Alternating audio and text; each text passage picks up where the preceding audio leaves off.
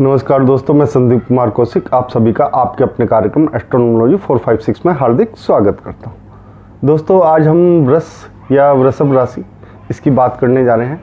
जैसा कि आप लोग कुंडली देख रहे हैं, प्रथम भाव में जो है गुरु हैं, तीसरे भाव में मंगल हैं, पंचम भाव में केतु हैं, छठे भाव में सूर्य हैं, सप्तम भाव में शुक्र के साथ बुध हैं और दसम भाव में शनि है, 11वें भाव में राहु है।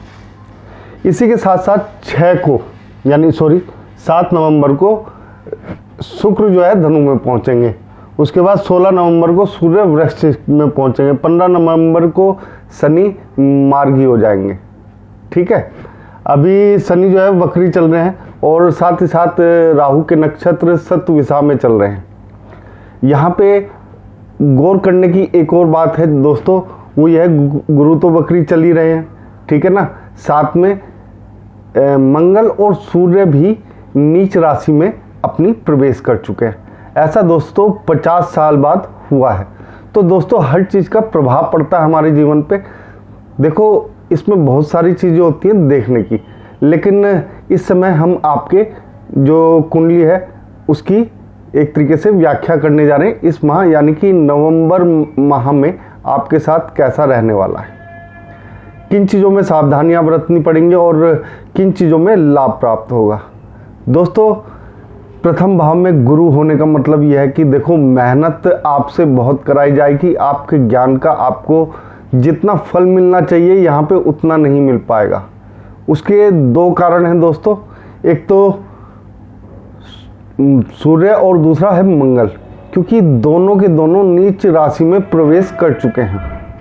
ऐसे में बहुत सारे सवाल उठते हैं कि भाई ऐसा कैसे हो रहा है इनकी वजह से।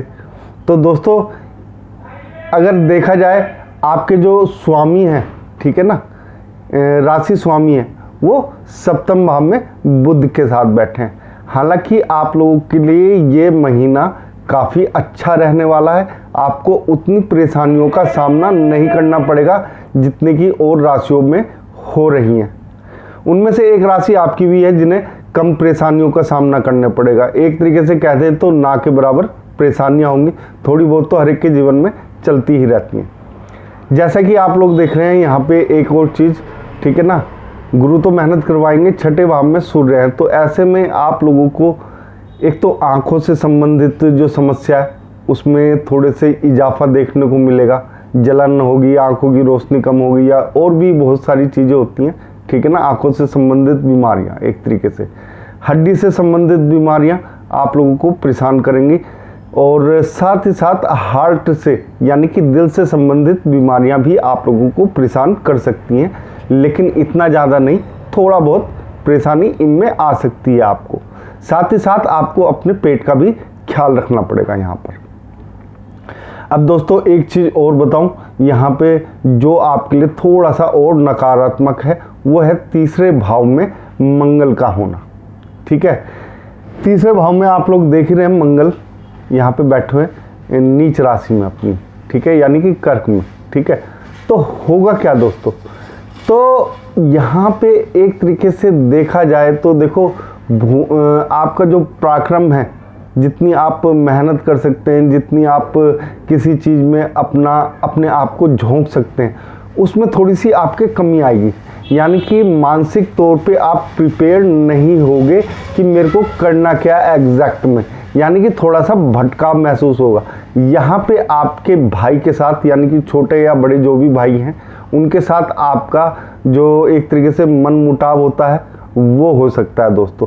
यहाँ पे सबसे ज़्यादा दिक्कत आप लोगों को इसी जगह रहने वाली है, यानी कि भाइयों से आपकी एक तरीके से कह दिया जाए तो मन मुटाव कुछ ज़्यादा ही रहेगा। माँ के साथ आपकी काफ़ी अच्छी बनेगी। साथ ही साथ एक तरीके से देखा जाए तो आपको जो एक तरीके से लंबे समय से आपके छोटे मोटे सपने जो थे, ठीक है ना, कोई बहुत बड़ा सपना नहीं कहूँगा मैं यहाँ पर, क्योंकि कोई भी ग्रह ना छठे भाव में है ऐसा, ना अष्टम में है, ना 12वें भाव में। भले दृष्टियाँ पड़ रही हो, लेकिन उनका प्रभाव भी पड़ता है। हालांकि इन भावों में किसी भी ग्रह के होने से देखो थोड़े से आप लोगों को पीछे हटना पड़ता है, लेकिन यही भाव आपको आगे बढ़ने का हौसला भी देते हैं, आपके जीवन को आगे बढ़ाने के लिए एक दिशा भी देते हैं। तो यहाँ पे एक तरीके से देखा जाए तो आपके लिए नॉर्मल रहने वाला है। तो छोटी मोटी जो आपकी इच्छाएं थी उनकी पूर्ति यहाँ पे होते हुए दिखाई देगी। माता के साथ संबंध बहुत अच्छे बने रहेंगे। अगर बात करी पढ़ाई लिखाई जाए की, तो दोस्तों उसमें आपका नॉर्मल रहने वाला है। हाँ, एक प्रेम संबंध जो होते हैं वो अचानक से बनेंगे, लेकिन वो लंबे समय के लिए बनेंगे यहाँ पे जो बनेंगे फिलहाल, क्योंकि राहु स्वयं यहाँ पे नहीं है, उनकी दृष्टि है।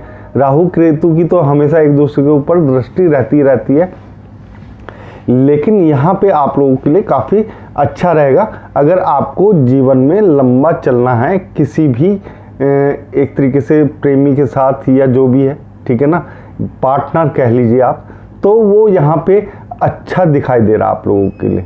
यानी कि कोई ज़्यादा एक तरीके से टेंशन लेने की ज़रूरत नहीं है, जिसे कह देते हैं। अब दोस्तों शुक्र और बुध इकट्ठे बैठे हैं। हालांकि शुक्र जो है, ठीक है ना, 7 नवंबर को यहाँ से निकल जाएंगे, और बुध तो फिलहाल रहेंगे। तो यहाँ पे आप लोगों को एक तरीके से देखा जाए तो यहाँ पर जो आपकी 7 तारीख तक एक तरीके से जो धन संबंधित व्यापार में आपको कम धन की एक तरीके से अर्निंग जो हो रही थी ना, वो नहीं होगी फिलहाल तो, ठीक है ना। बुध अकेले भी यहाँ पे बैठ जाएंगे तो भी आपके लिए कोई दिक्कत नहीं है। यानी कि आप अपनी वाणी के सहारे, गुरु के आशीर्वाद से, ठीक है ना, आप यहाँ पे अपनी गाड़ी तेजी से खींचते हुए नजर आएंगे। यानी कि गुरु जो है बुध और शुक्र को थोड़ा सा मजबूत कर देंगे यहाँ पे आपके लिए। यानी कि वैवाहिक संबंध जो होते हैं पति पत्नी के, वो अच्छे बने रहेंगे, ठीक है। थोड़ा सा अहम का एक हिस्सा जरूर आ जाता है थोड़ा सा, लेकिन इतना ज़्यादा नहीं होगा कि वो किसी टूटने की कगार पे पहुँचे या कोई झगड़ा बहुत लंबा चौड़ा हो जाए। नॉर्मल रहने की एक तरीके से संभावनाएं। अपने अहम पे आप लोगों को काबू रखना ही पड़ेगा।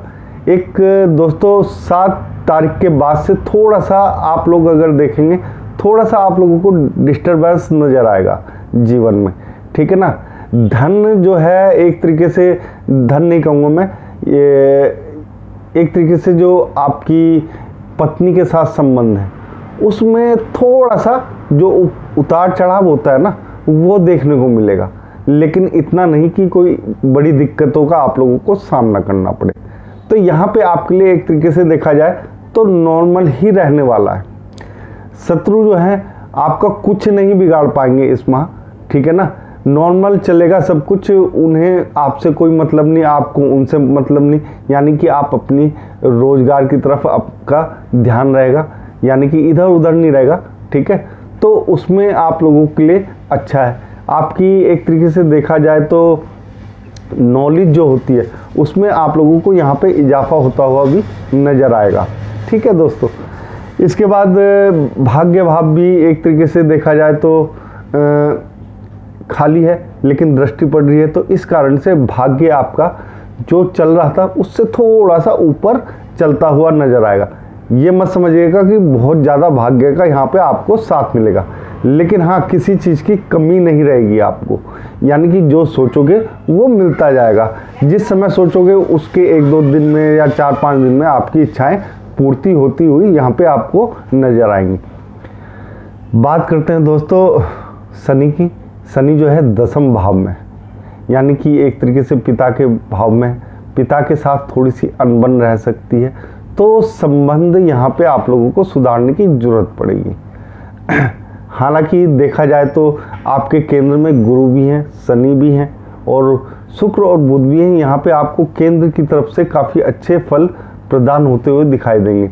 साथ ही साथ अगर त्रिकोण देखें, त्रिकोण में केतु भी बैठे हुए हैं, तो यहाँ पे आप लोगों के लिए इतनी टेंशन की बात नहीं है। अगर देखा जाए तो थोड़े से पिता के संबंधों में थोड़ा सा उतार चढ़ाव तो देखो बन सकता है, लेकिन नौबत ऐसी नहीं आ सकती कि आप लोगों को एक दूसरे से अलग होना पड़े।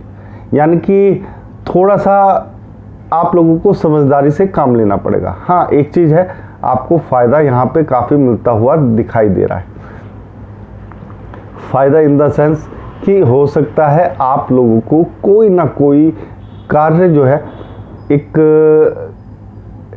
कह दिया जाए किसी जहाँ पे आप काम करते हैं ना, वहाँ से कोई नया कार्य आपको दिया जाए और उसमें आप लोग अपनी छाप छोड़ दें। यानी छाप जो छूटेगी ना वो बहुत लंबे समय तक के लिए यहाँ पे छूटने वाली है, क्योंकि कुछ ग्रहों की स्थिति ऐसी बन रही है कि दोस्तों आपके लिए काफ़ी कुछ अच्छा ही अच्छा है यहाँ पर। अब दोस्तों अगर बात करें 11वें भाव की, तो वहाँ पे स्वयं राहु बैठे हुए हैं। राहु हमेशा 11वें भाव में एक तरीके से देखा जाए तो धन के द्वार खोल देता है, ठीक है ना। राहु 11वें भाव में बैठ के धन के द्वार क्यों खोलता है दोस्तों? क्योंकि कई जगहों से आपको अर्निंग हो सकती है, साथ ही साथ एक तरीके से थोड़ा सा जो शेयर मार्केट वगैरह मैं क्योंकि कहूँगा नहीं किसी को भी यहाँ पर, क्योंकि इस समय सूर्य और मंगल दोनों नीच राशि में हैं। तो यहाँ पे अगर आप लोग शेयर मार्केट में या जुआ सट्टा में पैसे लगाएंगे, थोड़ा बहुत किस्मत साथ देगी, लेकिन इतना नहीं कि बहुत ज़्यादा। हाँ, आपको कहीं ना कहीं से कोई बड़ा धन लाभ होता हुआ यहाँ पे मिल सकता है। एक चीज़ और दोस्तों, यहाँ पे आप लोगों को एक चीज़ से सावधान रहने की ज़रूरत पड़ेगी इस माह। वो ये है कि जो लोग ऊपर की कमाई करते हैं, यानी कि जिसे काली कमाई भी बोलते हैं, ठीक है ना, तो उससे सावधान रहने की ज़रूरत है। वो आपको दुख दे सकती है, ठीक है। यहाँ पे उस चीज़ से हालांकि धन की कमी नहीं रहेगी आपको धन जो है बहुत ज़्यादा आपको देखने को मिलेगा जीवन में इस दौर में आकर, ठीक है। लेकिन कभी कभी क्योंकि ग्रहों की स्थिति इतनी ज़्यादा जटिल हो चुकी है और साथ ही साथ जो दृष्टियां हैं ग्रहों की, बड़े ग्रहों की, उनकी दृष्टियां एक तरीके से देखा जाए तो बहुत ही कंजस्टेड टाइप की हो गई हैं, यानी कि कम जगह में, ठीक है ना। तो उन सब चीज़ों से बचने के लिए आपको ये चीज़ देखो थोड़ा सा अवॉइड करोगे तो आपके लिए अच्छा रहेगा। धन देखो आता जाता है, लेकिन प्रतिष्ठा जो होती है एक बार चलेगी तो वो वापस नहीं आती है। राहु आपको यहाँ पे सब कुछ दे रहे हैं, लेकिन कुछ प्रतिष्ठा में हानि भी करवा देंगे, क्योंकि अगर देखा जाए सूर्य की दृष्टि जो है 12वें भाव में, ठीक है ना, और यहाँ पे सूर्य खुद नीच के बैठे हुए। तो दोस्तों एक तरीके से आप लोगों को बहुत ही संभल के चलने की जरूरत पड़ेगी। विदेश का दौरा करने से आप लोगों को बचना होगा। यहीं पे आपके लिए सब कुछ रहेगा, जहाँ पे आप कार्य कर रहे हैं वहीं पे आपको सब कुछ मिल जाएगा। तो बाहर जाने के लिए कोई ज़्यादा प्रयास ना करें आप लोग। जो प्रयास करेंगे तो सफलता तो मिल जाएगी, ये नहीं कहेंगे कि हम सफलता नहीं मिलेगी, लेकिन उससे आपको थोड़ी सी हानि हो सकती है। दोस्तों आज के कार्यक्रम में बस इतना ही। अगर आप लोगों को हमारा ये कार्यक्रम पसंद आया है तो कमेंट बॉक्स में जय श्री राम जरूर लिखें, और आप सभी को भी दोस्तों हमारा जय श्री राम।